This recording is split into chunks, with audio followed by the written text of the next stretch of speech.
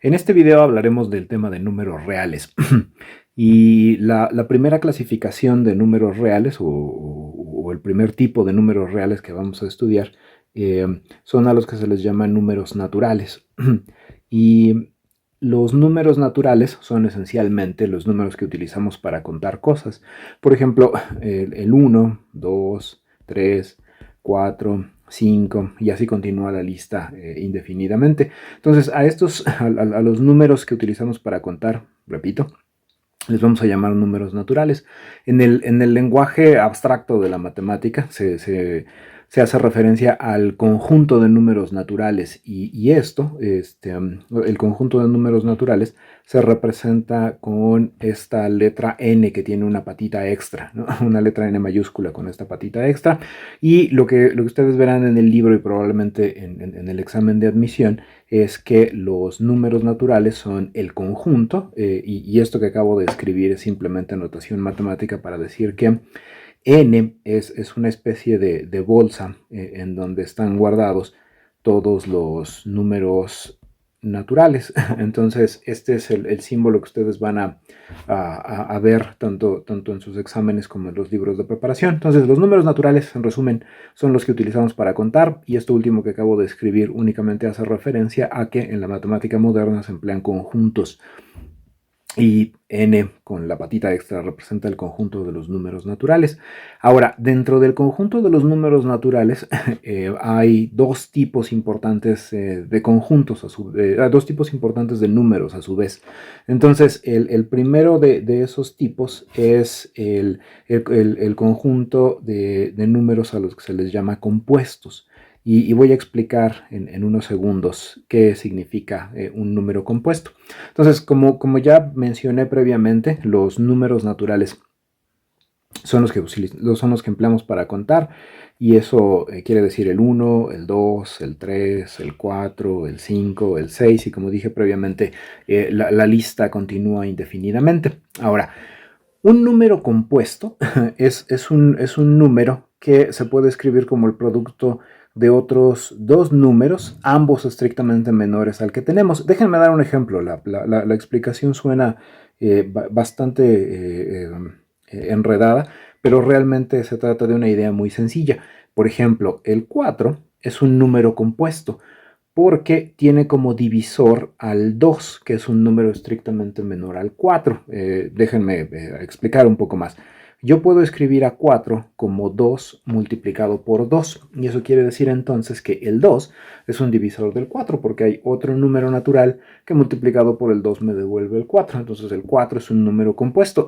Y como ya podrán sospechar, ¿no? El 6 es otro ejemplo de número compuesto porque tiene un divisor que es el 2, ¿no? Y la razón por la que el 2 vuelve a ser divisor es que 6 se puede escribir como 2 multiplicado por 3. Entonces 3 es un número natural y multiplicado por 2 me devuelve 6. Entonces puedo escribir al 6 como el producto de dos números naturales, cada uno de ellos estrictamente menor al 6, tanto 2 como 3 son más pequeños que el 6, y en el ejemplo del 4, tanto el 2 como el 2 son números naturales estrictamente menores al 4, y su producto da como resultado 4. Similarmente, ya no lo anoté aquí, pero digamos en esta lista en algún momento va a aparecer el 8, y el 8 también es un ejemplo de número compuesto, porque nuevamente el 2 es un divisor. Entonces la idea de que el 2 sea un divisor es que el 8 se puede escribir como 2 multiplicado por 4, ¿no? Y entonces estos que tengo aquí subrayados son números compuestos porque se pueden escribir como el producto de dos números naturales estrictamente menores al que tengo. Entonces todos ellos son compuestos, y esto da pie al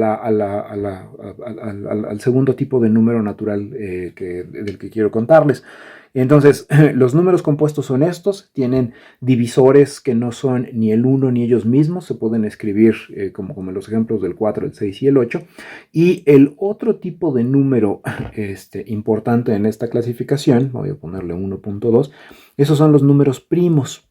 Entonces, la idea es que los números primos son los números que no son compuestos, pero excluimos al 1, es decir, el 1 tiene un papel aquí especial, en el sentido de que el 1 el primer número natural, no es ni primo ni compuesto. La clasificación de primos y compuestos se inicia a partir del 2 y a partir de allí continuamos. Solo del 2 en adelante podemos hablar de números primos y de números compuestos.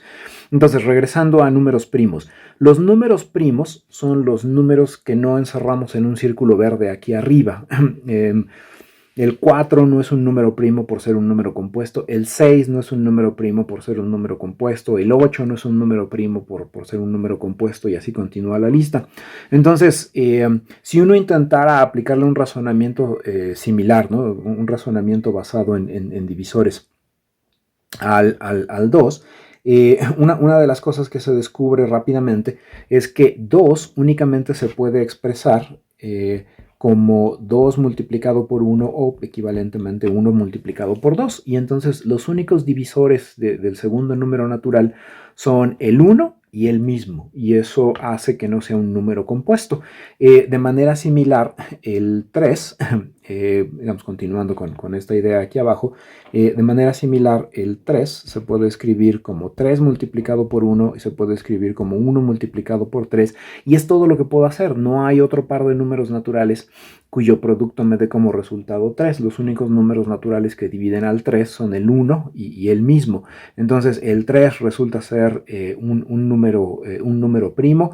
De modo similar, el 5 también tiene esa característica. No lo anoté aquí, pero el 7 va a poseer la misma característica.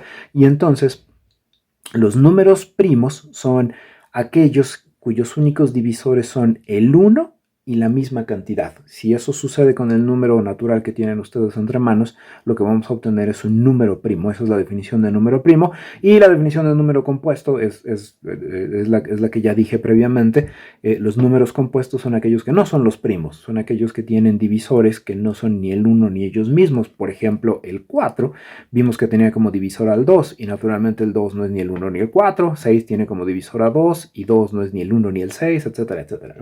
Entonces, de esta manera, esta es la clasificación importante de los números naturales que ustedes deben de tener en cuenta para el examen de ingreso. Y ya armados con esta clasificación, uno puede pensar en los números enteros, y eso es lo que voy a hacer a continuación. Entonces, el segundo tipo de números, además de los naturales que vamos a mencionar en esta sesión, es el de los números enteros. Entonces, esencialmente, o sea, de forma rápida, pues, los números enteros son una extensión de los números naturales. Entonces, déjenme contarles en qué sentido es una extensión. En el inciso 1 vimos que los números naturales son el 1, el 2, el 3, el 4, el 5, el 6 y en general cualquier número que utilicen ustedes para contar. Los números enteros toman a los números naturales y además añaden cantidades nuevas. Entonces añaden, por ejemplo, al 0. El 0 es un número entero por definición. El negativo del 1 es un número entero también por definición. El negativo del 2 es un número entero. El negativo del 3 es un número entero. El negativo de 4 es un número entero. El negativo de 5, el negativo de 6, y así continúa la lista. Entonces, de forma rápida, uno puede decir que los enteros son los naturales, el 0 y los negativos de los números naturales. Y continuando con la idea de que en matemáticas se emplea abundantemente el uso de conjuntos, es tradición representar con esta letra, ¿no? Con la letra Z, igual añadiéndole un palito extra. Entonces, Z representa al conjunto de los números enteros, y lo que ustedes verán en sus libros de preparación para el examen o en el examen mismo es que los números enteros regularmente se representan con estos 3 puntos suspensivos, que indica que no puedo escribir toda la lista, pero incluye al menos 3, al menos 2, al menos 1, al 0, al 1, al 2, al 3, y así continúa la lista. Entonces, este último renglón que acabo de escribir es la representación conjuntista o formal de quiénes son los números enteros. Pero más allá de aprenderse las formalidades, la idea central aquí es que sepan que los números enteros son los naturales, el cero y los negativos de los números naturales. Entonces, en particular, ocurre que todo natural, o sea, si ustedes tienen un número natural cualquiera, todo número natural es un entero. Solo que los enteros son una extensión en este sentido, contienen a todos los naturales y además algunos extra. Entonces, estos son los números enteros, los naturales, el cero y los negativos de los números naturales. Los siguientes números que reciben nombre son los números racionales. Entonces voy a poner aquí el inciso 3 y vamos a hablar ahora de qué cosa es un número racional, o sea, en otras palabras, de quiénes son los números racionales. Y la idea es que los números racionales son números que han venido ustedes viendo desde la educación primaria. Una manera de pensar a los números racionales es, de hecho, pensar en las fracciones. Racional es el nombre técnico, el nombre académico de las fracciones. Entonces, déjenme escribirlo con símbolos matemáticos. La idea es que un número es racional si se puede escribir como una fracción P dividido por Q, o P dividido entre Q. Estas dos notaciones representan la misma cosa. Entonces son las cosas de la forma P dividido entre Q, donde P es un elemento de los enteros. Ahora, esto que acabo de escribir viene a colación, esto que está acá, viene a colación con lo que dije acerca de representar colecciones de números como conjuntos. Este símbolo que tengo encerrado en el rectángulo azul es simplemente una abreviatura matemática, técnica, de P es un número entero. Entonces, P pertenece a Z. Piénsenlo ustedes como que P es un número entero. Entonces, lo único que estoy tratando de decir con todo esto es que, sea quien sea, el numerador de la fracción P sobre Q, ese va a ser un número entero, ¿no? Y voy a pedir que el denominador, pues, resulte ser un número natural. Entonces, de nuevo, los símbolos que acabo de escribir ahorita, lo único que representan es que el denominador debe de ser un número natural. Y de nuevo, todo esto es una parte, todo esto es técnico, pero nada más para que vean ejemplos concretos de lo que estoy diciendo acá. Vamos a ver vamos a ver algunos ejemplos de números racionales. Entonces, digamos, voy a poner aquí ejemplos. Y es fácil, pues 4 quintos, por ejemplo, es un número racional porque el numerador es un entero y el denominador es un número natural. Entonces, 4 quintos es uno de ellos. 3 medios es otro ejemplo de un número racional. 7 quintos es un ejemplo de número racional.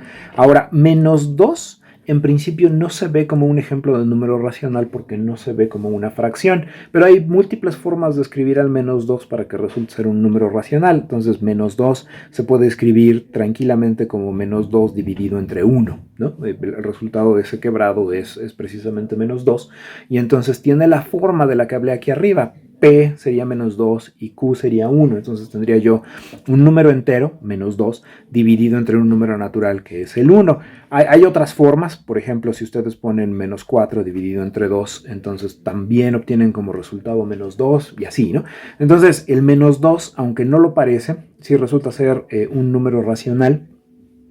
Y de manera semejante uno podría ver o confirmar rápidamente que el 3 es también un número racional. Entonces 3 es un número racional por la misma razón que el menos 2 lo era, es decir, 3 dividido entre 1, esa fracción me da como resultado 3, y entonces 3 es un racional. Un tercio trivialmente resulta ser racional. También resulta que la raíz cuadrada de 4 es un número racional, y la razón aquí es que la raíz cuadrada de 4 es 2, ¿no? La raíz cuadrada de 4 da como resultado 2, y por los trucos que ya utilizamos previamente, este se puede escribir como 2 dividido entre 1, así que en efecto se obtiene un número racional, y por lo tanto raíz de 4 es un número racional. También un ejemplo de índole similar es la raíz cúbica de 8. Y resulta que la raíz cúbica de 8 también da como resultado 2. Y como ya vimos en el renglón de arriba, este 2 es un número racional. Entonces, todos estos que tengo anotados aquí son ejemplos de números racionales. Ahora, dentro de los, como ya dije, los números racionales son esencialmente las fracciones. Y dentro de las fracciones hay de dos tipos. Entonces déjenme contarles cuáles son los dos tipos de fracciones. Entonces estamos en la parte de números racionales y entonces voy a hablar ahora de racionales que se pueden escribir como fracciones propias y de racionales que se pueden escribir como fracciones impropias. Entonces voy a comenzar con las propias. Una fracción propia es aquella en la que, bueno, para empezar es un número racional y a continuación debe de suceder que el numerador sea estrictamente menor al denominador. Entonces déjenme escribir esto con símbolos. Piensan en este número racional, P dividido entre Q, pero voy a pedir que P y Q, los dos sean números naturales y además debe de pasar que P sea estrictamente menor a Q. Entonces, para que se tenga una fracción propia, debe de suceder que sea un número racional, debe de ser un quebrado, y este quebrado debe de tener la característica de que su numerador debe de ser estrictamente menor al denominador. Entonces, nuevamente creo que esto se entiende mejor con ejemplos. Entonces, veamos ejemplos de fracciones propias. Entonces, digamos 2/5 es un ejemplo de número racional. Tengo esta fracción, ¿no? 2 entre 5. Y resulta que el numerador es 2 y 2 es estrictamente menor a 5. Por lo tanto, este es un ejemplo de una fracción propia. De modo similar, 12 sobre 17, ¿no? Es un ejemplo es un ejemplo de una fracción propia. Porque el numerador es estrictamente menor al denominador. 4 séptimos es otro ejemplo de fracción propia. 1/3 es otro ejemplo de fracción propia. En algunos textos se define a las fracciones propias como números racionales, o sea, cosas de la forma P entre Q, donde P es un entero, Q es un número natural, pero que tiene la característica de que son mayores o iguales al 0 y que son estrictamente menores a 1. Entonces, todos estos números que tengo anotados acá, 2/5, 12 sobre 17, 4 séptimos y 1/3, todos ellos son ejemplos de fracciones que resultan ser estrictamente menores a 1, ¿no? Entonces, nada más para complementar la explicación, 2/5 resulta ser estrictamente menor a 1. Esta fracción no llega a ser una unidad. De modo similar, 12 sobre 17 resulta ser estrictamente menor a 1. Similarmente, 4 séptimos es menor a 1 y así, ¿no? Entonces, cualquiera de estas dos nociones los lleva al concepto de fracción propia. Números racionales donde el numerador es estrictamente menor al denominador, o números racionales que son mayores o iguales a 0 y que son estrictamente menores a 1. Y les digo, esas son esencialmente las dos definiciones que van a encontrar en los libros o en el examen. El otro tipo de fracción, al que le voy a poner 3.2, es a las que se les llama fracciones impropias.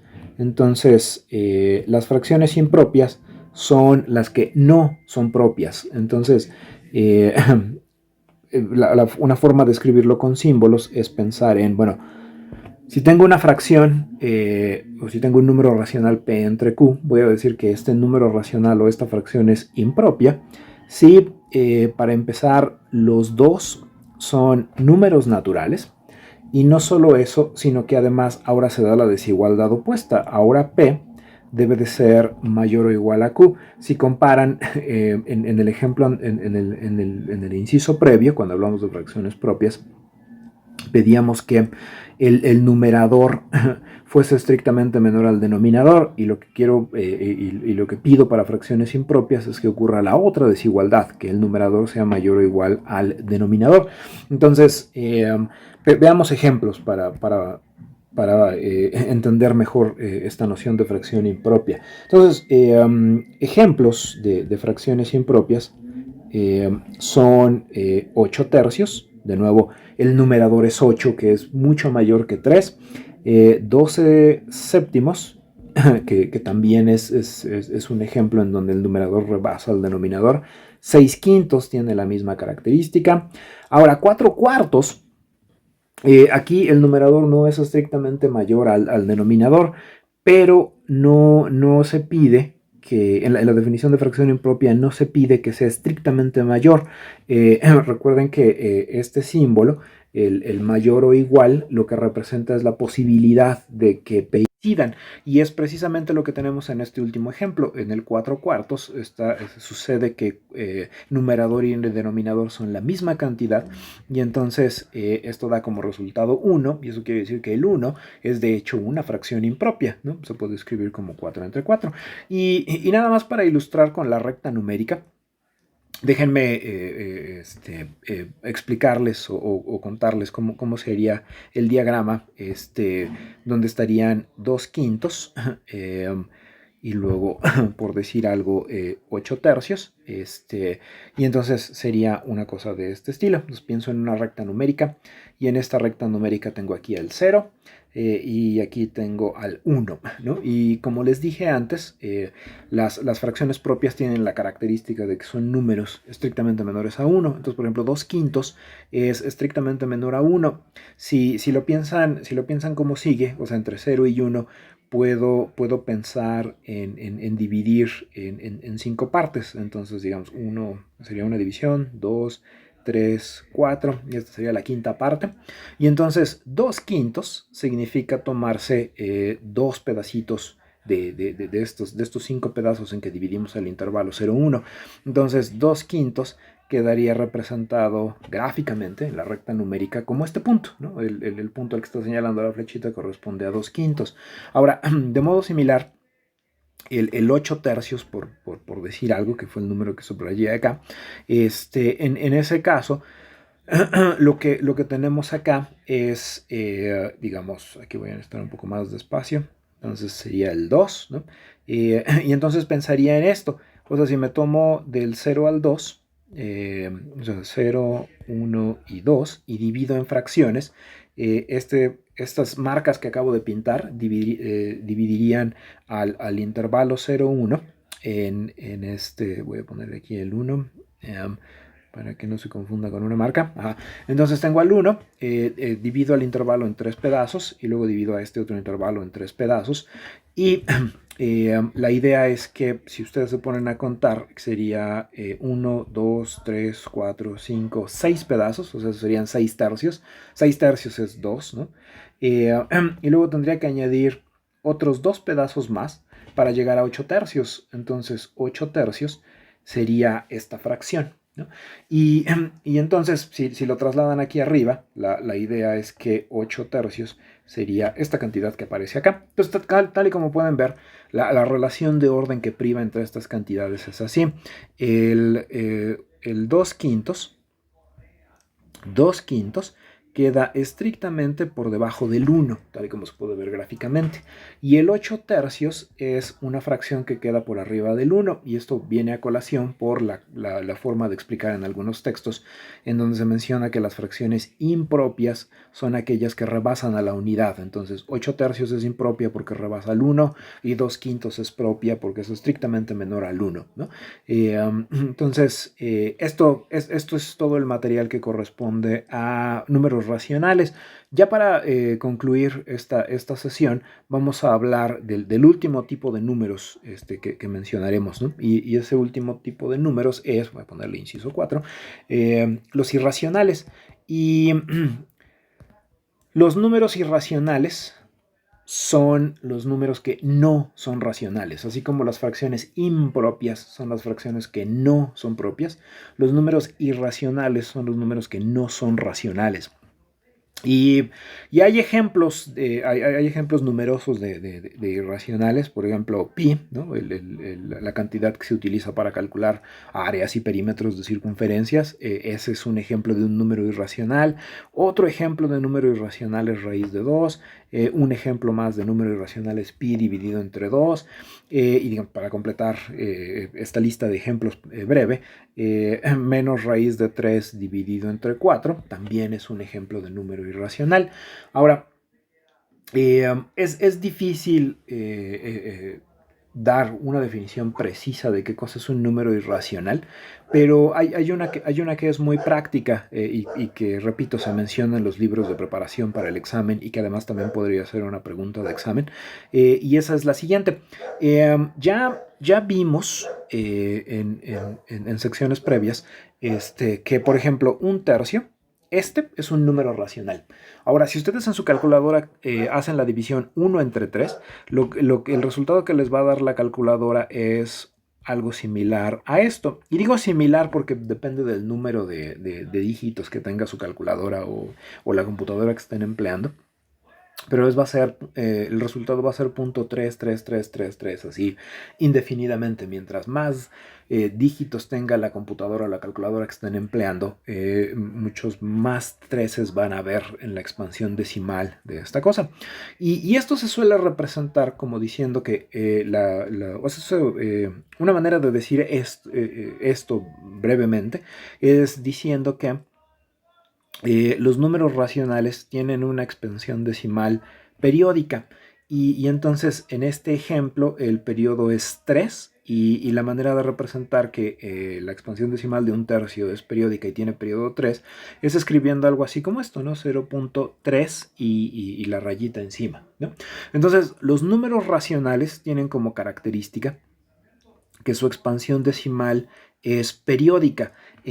Por ejemplo, si ustedes toman un medio da como resultado 0.5, pero esto se podría representar así, ¿no? Se podría representar como 0.5 y luego ceros, porque recuerden que los ceros a la derecha del punto decimal no tienen valor. Uno puede poner tantos ceros como desee al final. Entonces, la idea es que este es un número racional porque tiene una expansión decimal y esta es periódica. Y el periodo, eh, en este ejemplo, es el cero y eso se repite así indefinidamente. Entonces, los números racionales tienen una expansión decimal que resulta ser periódica en algún momento. Como verán, aquí el 5 no se repite indefinidamente, lo único que se repite indefinidamente es el 0. Entonces, puede suceder que un número decimal tenga una expresión en donde aparezcan unos números que jamás van a repetirse, pero después de una cantidad finita de esos números, va a aparecer un periodo, va a aparecer una sucesión de números que se va a repetir constantemente. En el caso de los irracionales, eso no es cierto. De hecho, la forma en la que algunos libros de texto presentan a los irracionales es que son números cuya expansión decimal no es periódica. Y si revisan algún libro en donde expliquen cuánto vale pi, la idea es que pi es 3.14, bueno, regularmente es 3.1416, pero de hecho tiene una expansión decimal infinita, ¿no? Entonces, algunos dígitos más de la expansión decimal son 3.1415, 92, 6, 5, 3 y de hecho jamás termina.